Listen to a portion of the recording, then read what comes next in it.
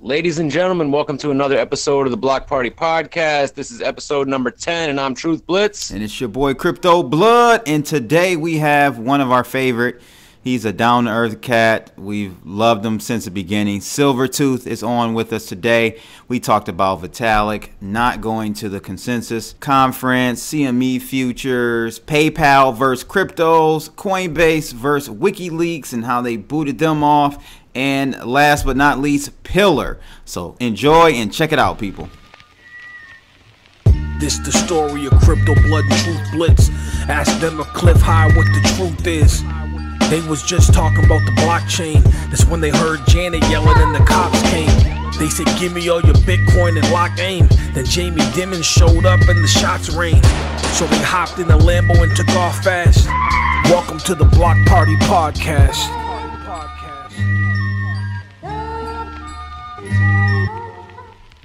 My man Silvertooth, welcome to the Block Party Podcast again, man. It's the second time on here. I'm glad to have you back, man. What's been up? It's been a long time. Things have changed since we were last on. A lot has changed, man. So, what's going on with you, though, brother? Oh, thanks for having me. It's great to be back. Yeah, you've been hanging in there pretty tough, man. Been catching those rats and stuff. I saw your videos of mouse traps or whatever you're doing. What are you doing over there, man? That's just for home preparedness, things of that nature. Okay. That's basically it. So yeah, we wanted to have you back on just to get an update on your viewpoint on a lot of stuff. We've been talking about a lot of the same things, topics in the crypto community that I think is really critical. We're at a really big turning point in cryptocurrencies. We had that huge high run up. I don't know at what point we were talking to you in that last interview. I think you were our first episode, wasn't he, Nick? Well, our first one was just us. That was kind of the New Year's Eve kickoff one, and then the second one was Silvertooth. Yep. So what was the price of crypto at that point? I can't even remember. I don't know, but it was second week of January, so it was good. Yeah, it was a lot better than now. It was before we really took that big descend. Yeah, dang, man, things changed, man. It was all good just a week ago. I made a video yesterday, and I just had Danny from Crypto 99 channel on, and he kind of made the name for himself with the his theory on the futures manipulation or the manipulation of the market because of the futures. And he made a video yesterday, which I went and checked out, and the Mt. Gox trustee just moved his remaining Bitcoin and Bitcoin Cash. I heard about that. So, I'm actually looking at his wallet right now, and all of it's been moved. So it kind of a little bit alarming because we know what happens whenever he starts to move Bitcoin around. So how much does he have left to sell? Well, 16,000. Okay. 16,000 and 16,000 Bitcoin Cash. So, ST, what do you think about that? Do you think it's going to really move the markets if he sells again, or what are your thoughts? Yeah, I think they'll wait till it's a downward trend and try to dump it and make it a further downward trend and try to manipulate it even more. Okay. Yeah. And I don't remember and I just talked about this off camera. Maybe CB, what's the per dollar? How much does a dollar affect the market cap? Is it like $20 or something like that? That's somewhere around there. That's a good question. I don't even know, man. I've never looked at those stats for that dollar per. I know Bix has talked about it, and when I just had Danny from Crypto 99 on, we talked about it, and he didn't know the exact number, but he said it's somewhere between $20 and $25 per dollar. Or a dollar affects the market cap about $20 to $25, somewhere in that area. Okay. So if we have $140 million worth of Bitcoin, do the math. So I think I just saw that that the trustee is going to try to sell it over the counter this time. Well, that would be good because yeah. I hope that's what happens. Yeah, I think that's what I saw an article, and I'll share it with you guys, but I don't know if it's true. It could just be anecdotal. So have everybody let their guard down a little bit. Right.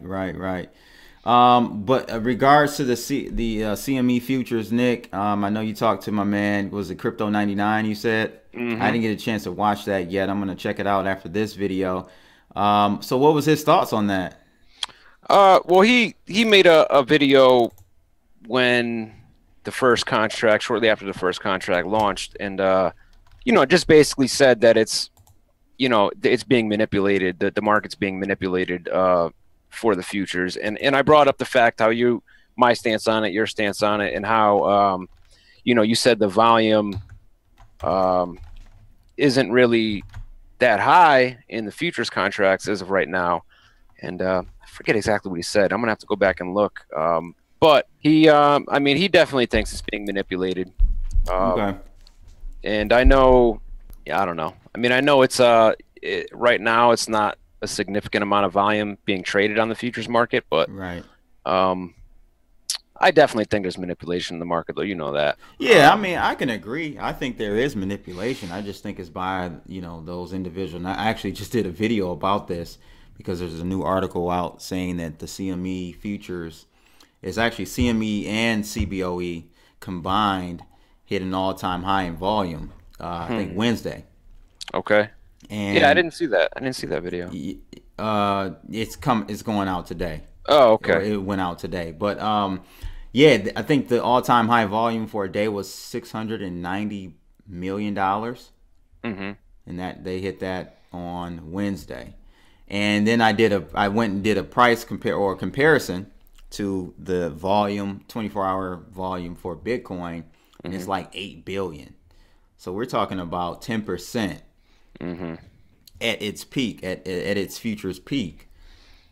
I don't know, man. I don't see it. I think there is manipulation, though. I just think it's by the whales, the mining pools, Yeah, the exchanges. I'm sure they're definitely playing a part in it. Yeah, they have a lot of money, a lot of Bitcoin to slosh around and manipulate. So I personally think, yeah, it's manipulation, but it's on the exchange side, the mining pool side. But yeah, for sure.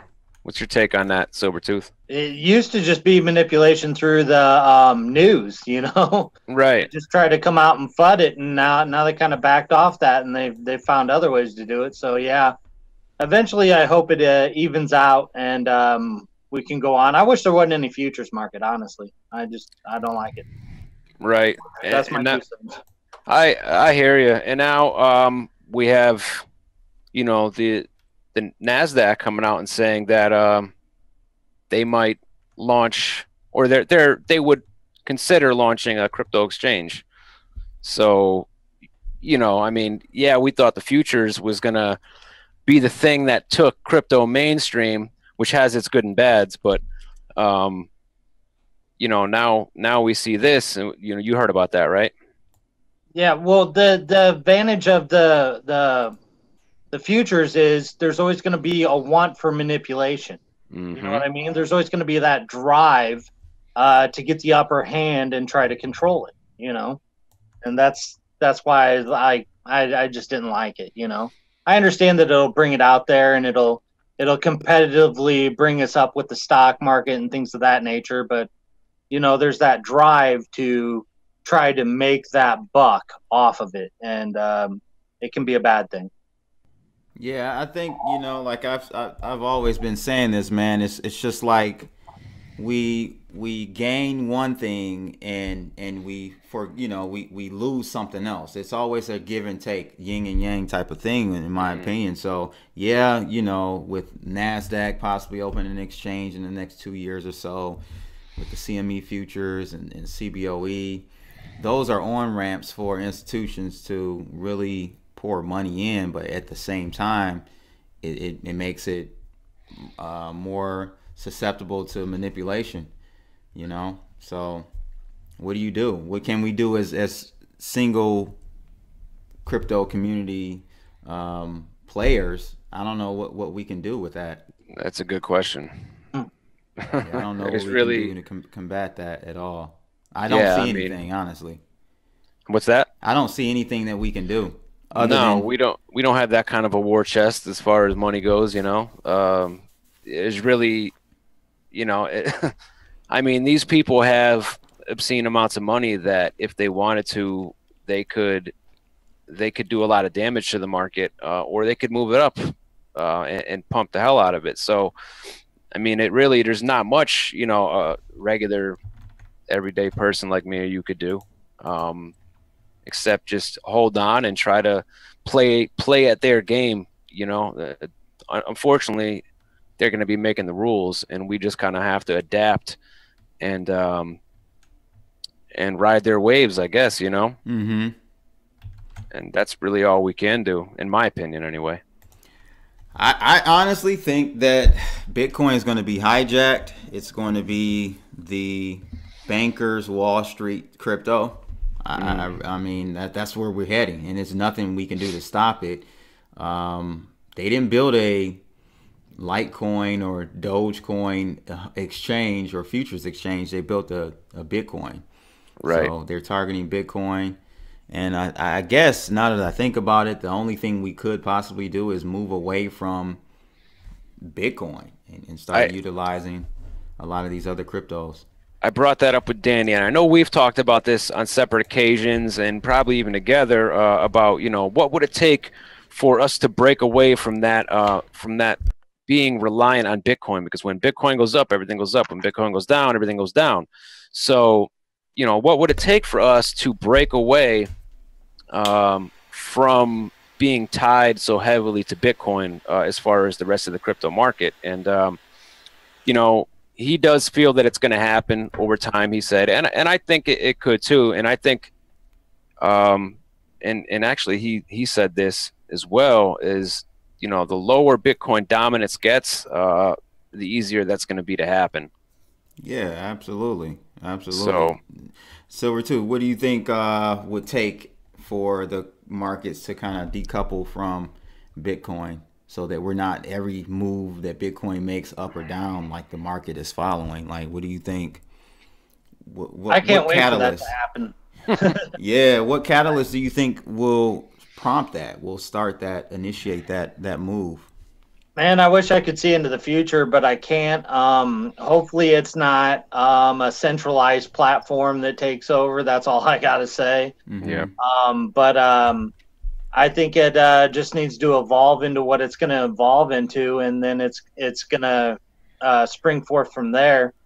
And I think Bitcoin's going to kind of go on its own. You know what I mean? It's going to be a platform for, like you said, for big industries or whatever, but it doesn't need to be the whole market. You know what I mean? It doesn't need to be a reflection of the whole market, or bring the whole market up or drag the whole market down. That's just ridiculous, because Bitcoin has nothing to do with what OMG is doing or what other things are doing. You know, it has no reflection of that, you know?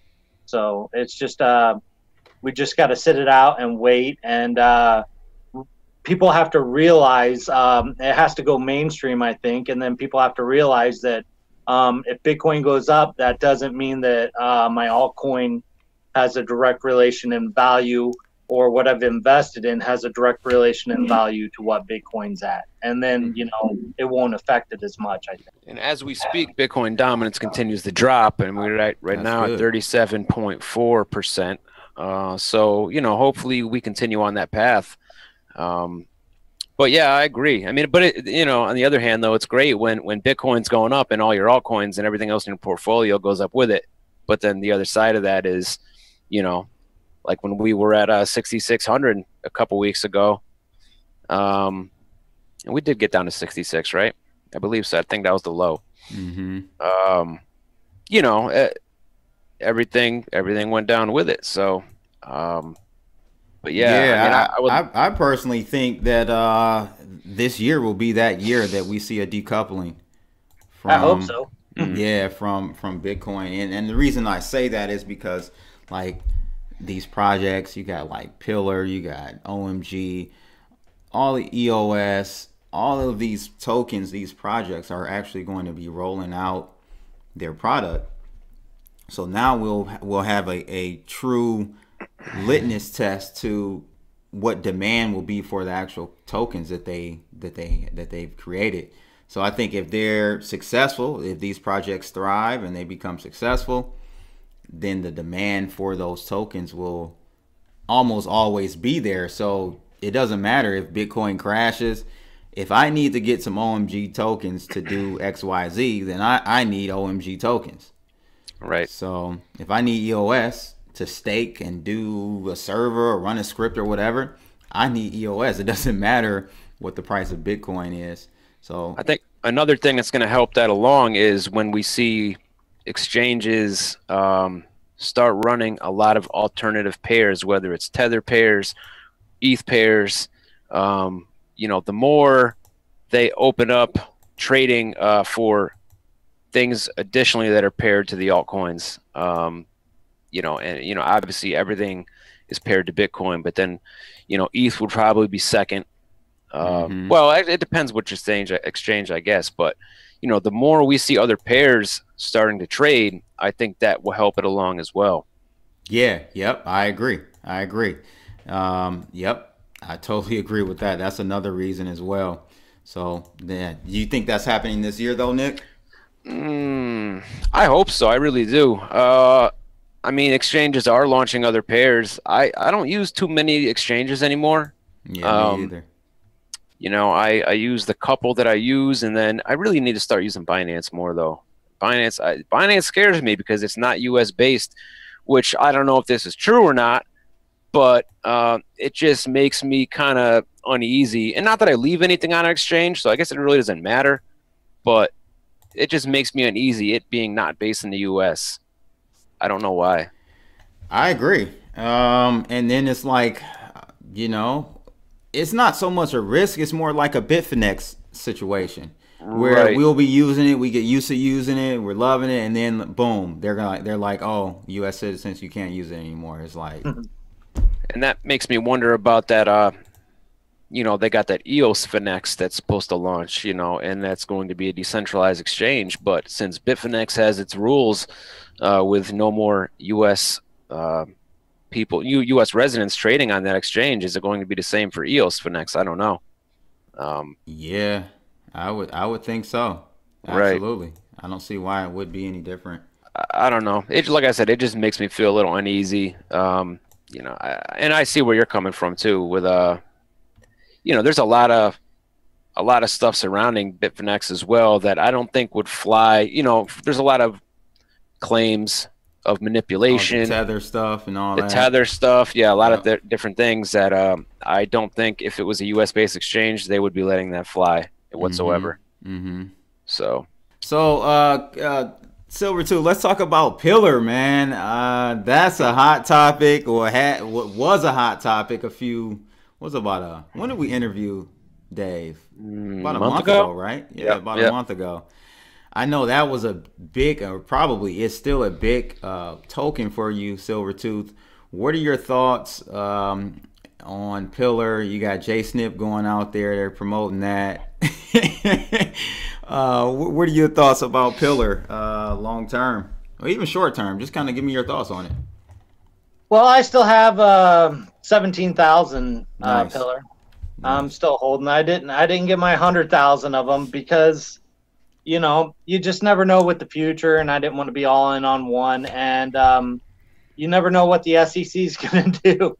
So, you know, I didn't want to put all my eggs in one basket. I'm waiting them out, you know. They come out and they had a couple delays, and who knew is not going to have a couple delays, and you got to wait your time, and I'm with the anticipation on it. I love Pillar still. Nice. I'm still in on Pillar, and those will probably be the last thing that are in my wallet. You know what I mean? Gotcha. I think it'll be good. We just gotta wait and see what goes on with it. So that's just my 2 cents. I don't know. I think that you know, Pillar, it wasn't. I mean, in my opinion, I don't think it was really the delay in the news that they're not going to launch until January is really what kind of drove the price down. I think it was more the announcement that the exchange function was not going to be accessible to U.S. residents. you know, because it's normal. I mean, just about every project out there has seen delays. Yeah, that's normal. That's definitely is not the case. Yeah, that doesn't bug me. No. Well, the original thing was you were going to use the tokens in the system, and the tokens were going to pay for the system, and that's why I got a lot of the tokens. So everyone's going to want the tokens to pay for the system. And then the SEC came out and said, you can't use any tokens to pay for it. So they had to go with the cash-based system. So Pillar had to find a way to work around for the United States, and they said, all right, you're going to have a membership subscription now to deal with this. So there's got to be a use case scenario for the tokens. So in the Pillar system now, you use the tokens to purchase things, and there's going to be a purchasing system through there. So there's still a use for the tokens. So the SEC pretty much is what squashed the price on it. In my opinion, if they had just let them go and use the tokens as a pay system, I think Pillar would be up there in price right now. But they kind of squashed the idea of doing that, which is what the tokens were originally intended to do, and that's why we had tokens to begin with. Right. What I'm wondering is, you know, this company has really no ties to the U.S., so how does the SEC even able to tell them what they can and can't do? You know what I mean? Well, it's not that they can tell them what they can or can't do. They can just tell the U.S. citizens. Okay, yeah, that makes sense. You know what I mean? Right. So that puts a block. So that, like, everyone else in the world can still use the exchange, but us. Right. So they got to come in and put a blocker on all of us that have USA-based addresses and say, you guys can't use it, but everyone else in the world, you're free to have freedom on our system. So they're just basically limiting us, unfortunately, due to the SEC's regulation. I'll just put a VPN on my phone. No, they're still doing KYC though. Yeah, I think so that, right. Yeah, that still won't work. So that's the thing, man, and that's what kind of concerned me.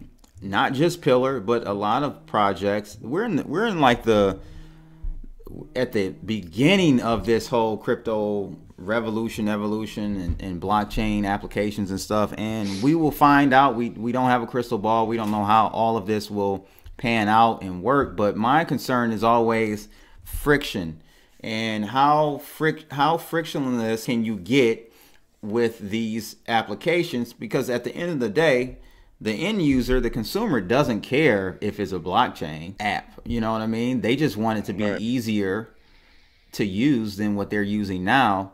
And I'm talking about the masses, maybe not us. We care more about using things that are decentralized and so on and so forth. But if this is going to, any of these projects, if they're going to really take off, they have to be easier to use and have some direct benefit to use over a Facebook, over a Twitter or Instagram or whatever the case may be.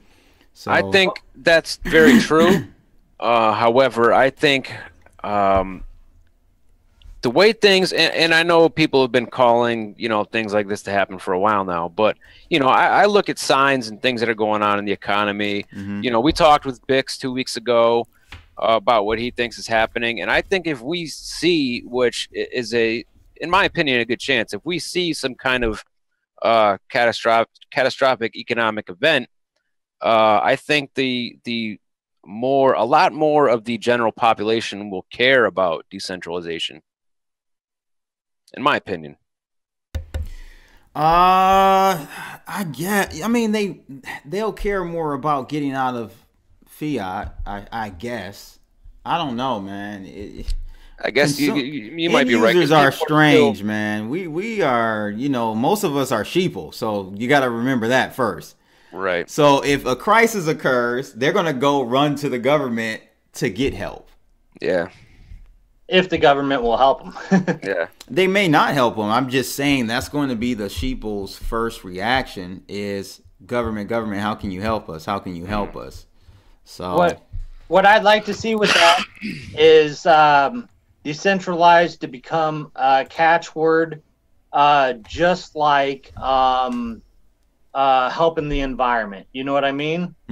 When people are like, do you want to support a centralized platform or a decentralized platform? Once it goes mainstream, people are like, oh, if you support a decentralized platform, you're helping the world.